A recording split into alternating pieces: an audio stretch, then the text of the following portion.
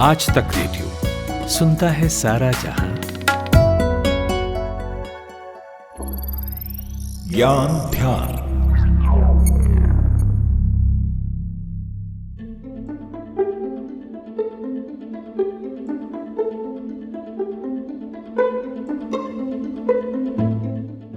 विकास की भागम दौड़ से शायद हमने बहुत कुछ अचीव कर लिया हो, पर इसने कई एक समस्याओं को जन्म भी दिया है। इनमें से एक मेजर प्रॉब्लम है एयर पॉल्यूशन की। वक्त के साथ टेक्नोलॉजी बढ़ी, उद्योग बढ़े, धंधे बढ़े, गाड़ियां हर तरफ पसर गईं और इस तरह हवा दूषित होती चली गई। वजह थी इन चीजों से निकलने वाली हार्मफुल गैसेस। अब इस बढ़ते एयर पॉल्यूशन को रोकने के 3 तरीके हैं। इनमें से पहला ये कि इन इंडस्ट्रीज को पूरी तरीके से बंद कर दिया जाए, जो जाहिर सी बात है फिजिबल और पॉसिबल नहीं है। दूसरा तरीका है इन सभी उद्योगों को पूरी तरह से सोलर और विंड एनर्जी से चलाया जाए, क्योंकि यही एक रास्ता है जिससे कार्बन एमिशन जीरो किया जा सकता है। पर इसके साथ समस्या ये है कि ये एक लंबी प्रक्रिया है, लॉन्ग प्रोसेस। ऐसे में तीसरा तरीका जो बचता है वो है कार्बन क्रेडिट का। आज इसी कार्बन क्रेडिट को समझेंगे, क्या है ये और किस तरह काम करता है। नमस्कार, आज तक रेडियो पर आप सुन रहे हैं ज्ञान ध्यान। मैं सूरज कुमार।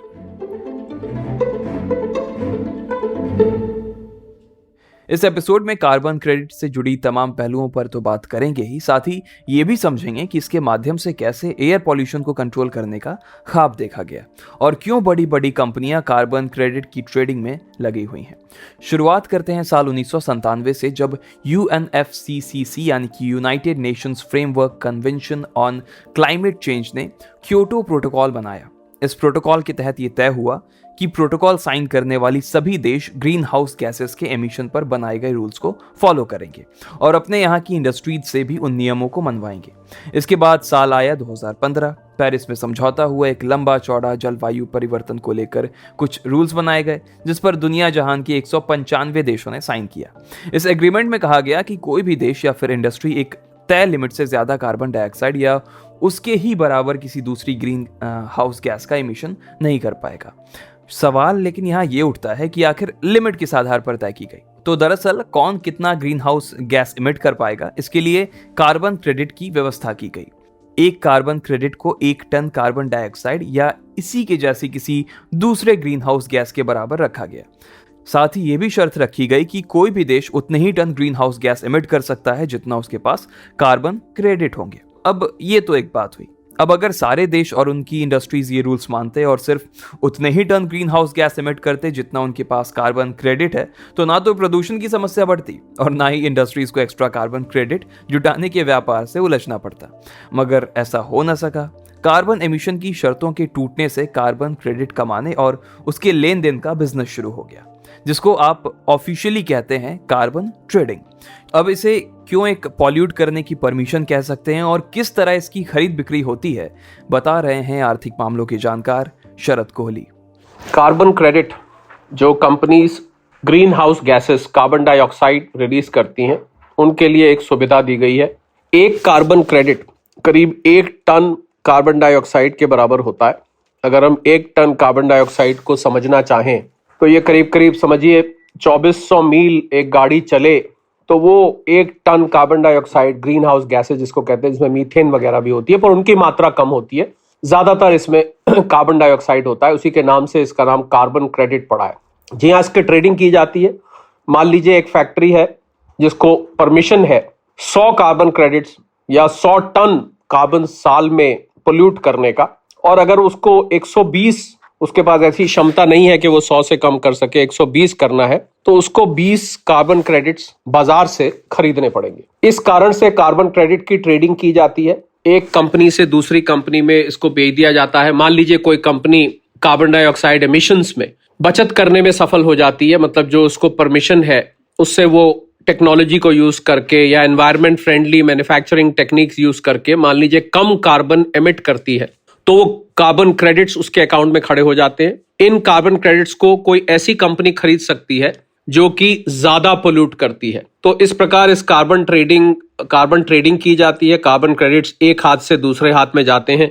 ऐसी कंपनी के हाथ से जो बचत कर रही है, दूसरी कंपनी जो ज्यादा पोल्यूट कर रही है वो उसको खरीद कर और उसको फिर एक तरह से परमिशन मिल जाती है। तो कार्बन क्रेडिट को हम दूसरी भाषा में समझे तो एक तरह से आपको पोल्यूट करने की परमिशन है, गैसेस रिलीज करने की परमिशन है। अब ये न सिर्फ एक बड़े स्तर पर बल्कि छोटे स्तर पर भी किया जा रहा है। ना सिर्फ बड़ी कंपनियां बल्कि कुछ ऑर्गेनाइजेशन भी ये काम कर रहे हैं और बदले में प्रॉफिट भी कमा रहे हैं। इनमें सबसे आगे है देश का सबसे स्वच्छ शहर कहा जाने वाला इंदौर। इंदौर म्यूनिसिपल कॉर्पोरेशन पहली सिविल बॉडी है जिसने साल 2020 में बायोमीथेन प्लांट लगाए और 1.5 टन से ज्यादा कार्बन इमिशन को रोका, जिसके बदले इंदौर म्यूनिसिपल कॉर्पोरेशन ने 50 लाख रुपए कमाए।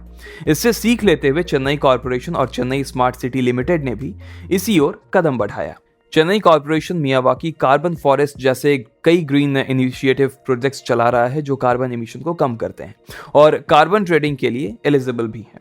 इसके होने वाले प्रॉफिट से शहर के दूसरे इंफ्रास्ट्रक्चर प्रोजेक्ट्स को बेहतर बनाने का उनका लक्ष्य है। बहरहाल भारत में फिलहाल कार्बन ट्रेडिंग करने वाली कंपनियां कौन सी हैं, इसकी प्राइस कैसे तय होती है, बता रहे हैं शरद कोहली। भारत में भी कार्बन क्रेडिट्स की ट्रेडिंग हो रही है, जिसको कार्बन ट्रेडिंग कहा जाता है। मल्टी कमोडिटी एक्सचेंज एशिया का पहला एक्सचेंज बना जहां पर इन कार्बन क्रेडिट्स की ट्रेडिंग की जाती है और भारत की कुछ कंपनियां जो अब इस दायरे में आती हैं जो कि ग्रीन हाउस गैसेस एमिट करती है, जिनके लिए अब कंपलसरी है कि वो या तो कार्बन क्रेडिट खरीदे या उनको पेनल्टी देनी पड़ती है अगर वो ज्यादा गैसेस एनवायरनमेंट में, एटमॉस्फेयर में एमिट करती हैं। तो इनमें मुख्य कंपनियां देखें तो 2 कंपनी तो सरकारी क्षेत्र की हैं। एनटीपीसी का नाम आता है, कोल इंडिया लिमिटेड का नाम आता है जो कि ग्रीन हाउस गैसेस एटमॉस्फेयर में एमिट करती हैं। प्राइवेट कंपनीज भी हैं जिसमें रिलायंस इंडस्ट्रीज है, जिंदल स्टील है। तो ये कंपनीज, ये मुख्य कंपनीज हैं जो कि एक दूसरे से क्रेडिट खरीदती हैं। किसी के पास अगर ज्यादा है, बचत हो गई है, तो दूसरी कंपनी जिसका ज्यादा एमिशन हो रहा है वो उसको खरीद लेती है और खरीद के उसको वो यूज करती है। अगर उसके पास बच जाता है, कुछ कंपनी ऐसी भी हैं, सुनने में आया है, जहां पर कुछ पीरियड के एंड में 200 से ऊपर मिलियन डॉलर के कार्बन क्रेडिट इकट्ठे हो गए हैं जिनको वो बाद में बेच सकती है, दूसरी कंपनी को बेच सकती है। इसी कारण से इन कार्बन क्रेडिट्स की ट्रेडिंग की जाती है और कंपनी एक सर्टेन गैस एमिशन नॉर्म्स को जब एक्सीड करती है उसके बाद उसको कार्बन क्रेडिट खरीदने पड़ते हैं, मतलब कार्बन एमिशन नॉर्म्स के अंदर आ जाती है जिस लिमिट में वो वातावरण में उन ग्रीन हाउस गैसेस को एमिट कर सकती है। ग्रीन हाउस गैसेस मुख्यतः कार्बन डाइऑक्साइड है, इसमें मीथेन या नाइट्रस ऑक्साइड भी होती है, पर ज्यादातर कार्बन डाइऑक्साइड है जिसको मुख्य ग्रीन हाउस गैस माना जाता है, जिसके कारण जो टेम्परेचर है, ग्लोबल वार्मिंग जिसको हम कह रहे हैं, वो देखी जा रही है। तो कार्बन क्रेडिट्स की बाकायदा ट्रेडिंग होती है, उनकी प्राइस मार्केट डिमांड और सप्लाई पर निर्धारित की जाती है। इसी तरह दुनिया भर में कार्बन क्रेडिट का बिजनेस कर बड़े स्तर पर प्रॉफिट कमाया जा रहा है। उम्मीद है आपके कार्बन क्रेडिट से रिलेटेड सभी डाउट्स क्लियर हुए होंगे। तो आज के ज्ञान ध्यान में बस इतना ही। कोई और विषय हो जिस पर आप ज्ञान ध्यान चाहते हो तो लिख भेजिए हमारे ईमेल पते radio@aajtak.com पर। आज के ज्ञान ध्यान के लिए रिसर्च की थी हमारी साथी मेघा गंगवार ने। अब मुझे यानी सूरज कुमार को दीजिए इजाजत और सुनते रहिए आज तक रेडियो।